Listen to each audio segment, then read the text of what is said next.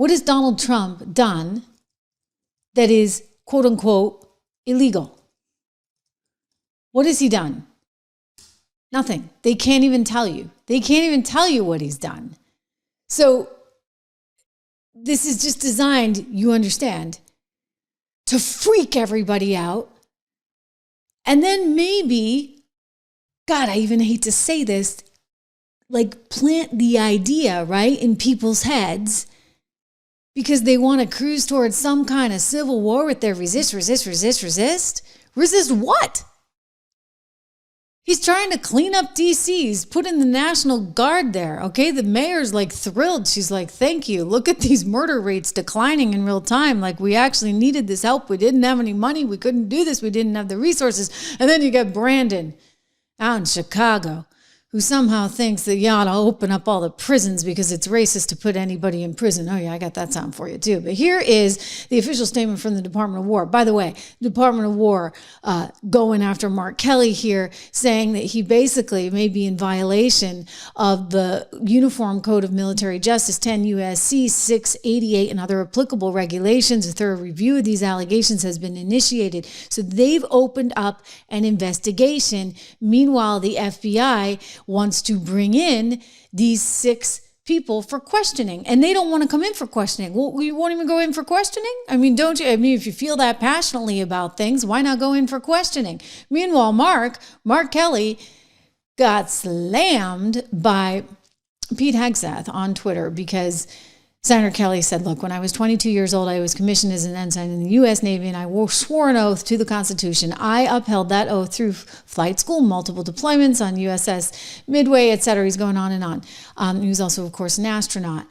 And he wrote back, Pete did. So Captain, which he put in parentheses, Kelly, because he doesn't really feel like the guy's really like in it, right, for the military right now because it's become so political. Not only did your sedition video, as he calls it, intentionally undercut good order and discipline, but you can't even display your uniform correctly. The medals are all out of whack. So, hey, if you're recalled to active duty, we're going to start with a uniform inspection. So it was kind of a kind of funny little message there from one Pete Hegseth, who is now the head of the Department of War.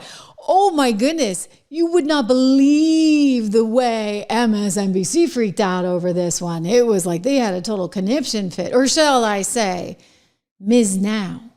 Oh, Gloria Steinem might like that one. She would have loved that, Ms. Now. So on Ms. Now, is that named after Rachel? Is she a Ms? Anyway, they're having a meltdown this morning. They cannot believe that Pete Hegseth, head of the Department of War, would say such a thing about Captain Kelly. Watch. Just a moment ago, the Secretary of Defense, Pete Hegseth, responded to Senator Mark Kelly because Kelly put up a picture of his naval uniform. Right. And Hegseth is saying, so Captain Kelly, which he put in quotes for some reason, not only did your sedition video intentionally undercut good order and discipline, you can't even display your uniform correctly. Hegseth claims that the medals and rows are out of order. And he says, I kid you not, the Secretary of Defense says to a United States Senator and war hero, responding to this picture, he's an astronaut, quote, when and if you're recalled to active duty, it'll start with a uniform inspection. Jesus. That is what the Secretary of Defense is focused on right now, saying he'll threaten the United States Senator, an astronaut, a veteran, with a uniform inspection in addition to potentially sedition charges. Raise. Well, sorry, guys. I realize, you don't care how you look. You're liberals after all, right? Those uniforms, it doesn't really matter. Well, it matters to Pete. It does actually matter to many members of the military. They wouldn't wear their uniforms incorrectly nor their medals incorrectly. Maybe it's been a few years for Captain Kelly. Listen, I'm just going to say this. And, we feel horrible for his family and what his wife, Gabby, went through, etc. I'm just going to say this. Don't put a video like that out there at a time like this. That is so unnecessary. On top of which, they're actually trying to threaten people. Think about that, you guys.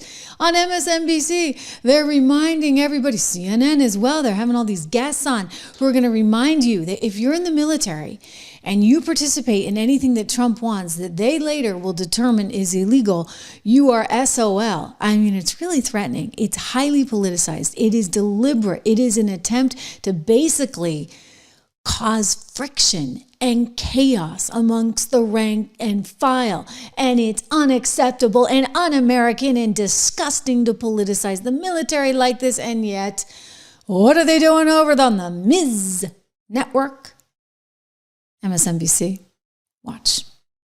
What do you think, as a lawyer, what do you think the consequences should be for people who are abiding by following these steps from the commander-in-chief when they seem to be complete overreaches of power? They're following unlawful commands from Donald Trump. And if you're committing offenses... Sorry. What are the unlawful commands? He's saying they've already followed unlawful commands? What are they talking about? Here we go. And your defense is going to be, I was just following orders. You know, that didn't work out so well at Nuremberg. Okay, because we got to go back to the Nazis every single time. When in doubt, you just go back to Nazi Germany. There you have it. I mean, as though Donald Trump has killed 6 million people, for goodness sakes. This is disgusting. It's like they don't know their history. They don't. They're not smart people. It certainly didn't work out so well for Lieutenant Calley when he, engaged in mass murder, the My Lai massacre.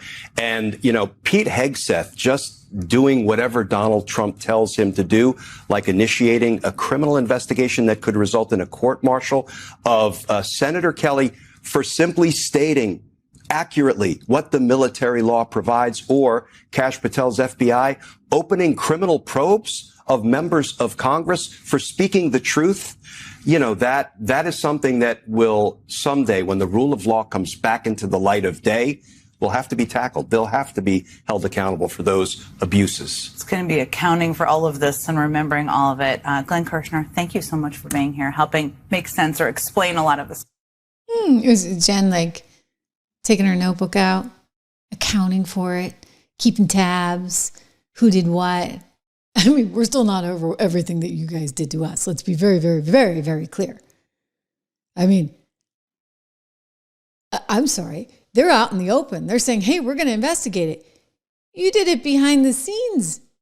You went and started collecting the phone records on 8 sitting members of Congress without telling anybody about it. I mean, please don't even get me started. But this is what they're peddling out there. They're trying to scare the living bejesus out of all our military members. I mean, right before Thanksgiving, what a lousy, crappy thing to do. Sorry, I'm so disgusted by this. I can't tell you. Between what's going on at DOJ and this, I've had it. And this is this Gallegos guy, Senator Gallegos. And he did some little video in his car the other day where he just swore. And I was like, you know what? I don't feel like having to clean this up, because it meant that we had to bleep out every other word he said. So I'm not playing that. But he did go on CNN and he said something else without the swears, because he knows he can't do that on CNN. But he's got a filthy, dirty potty mouth if I've ever heard one. Here he is saying how he's going to go after everybody. Into Senator Kelly. What is your level of trust in the U.S. military justice system, if it were to get that far, to handle this? I trust them actually a lot, and for a couple reasons. Number one, these are professionals. They are also swearing to the Constitution of the United States. They know that there will be fallout and consequences if they are used in a hard way to basically railroad someone like Senator Kelly, because Donald Trump's going to be gone a couple years. And if you're part of the military that is going after sitting senators, sitting members of Congress, and part of, the weaponization of government, there will be consequences, without a doubt. So, I think there's going to be a lot of officers that are going to be part of this, potential tribunal, if they want to call it that. They're going to be looking over their shoulders because they know that Donald Trump will be gone and they will not have that protection. They're going to have to do the safest thing possible, which is follow the Constitution of the United States, and you'll be fine. What is that? Oh my gosh.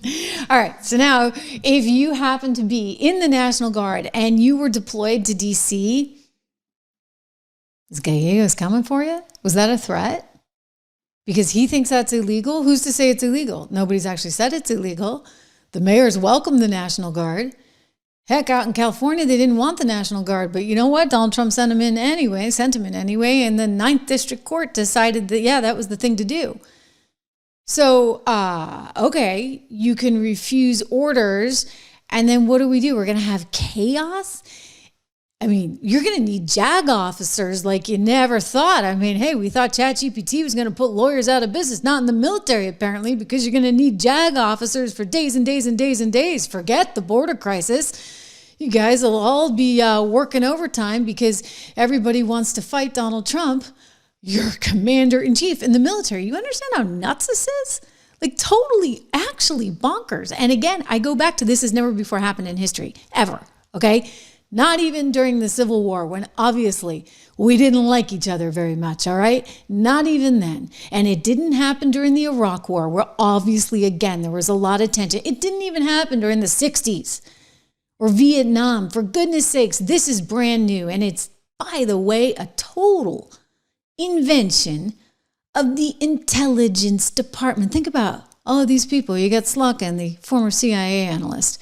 You got Maggie Goodlander from my home state of New Hampshire. Live free or die, great place. Unfortunately, they elected her. She is Jake Sullivan, former head of the NSC. Under one, Joe Biden's wife, also a former intelligence op. And then you get the military. They put them all out there because they're trying to send a message, and they want that message to be heard loud and clear. And apparently it was on a very stupid show, because the media is very, very stupid, especially the ladies that adorn the little couch or table or whatever it is on the set of the soon-to-be canceled View. And know who you're talking to. He's not only a national hero, but he's the husband of someone who was shot in the head at an event. He is the epitome of the beginning of some of the most damning examples of political violence we've seen. So know who you're talking to. But I also we always talk about how Trump came in on America First. A week ago, we saw him defending a Saudi prince over a reporter. And now he's turning to a deep public servant that he disagrees with and jumps straight to traitor, hang him.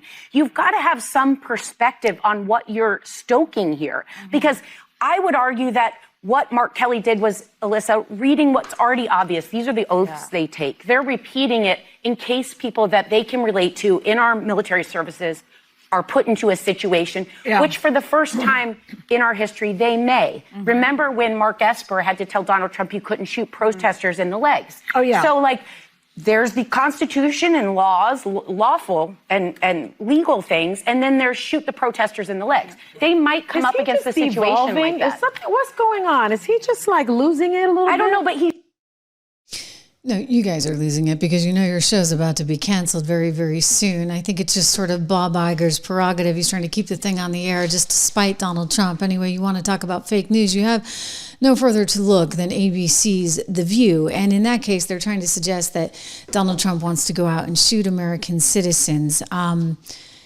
the case of what happened today, we have learned that the suspect is in custody. Somebody tried to shoot National Guard members.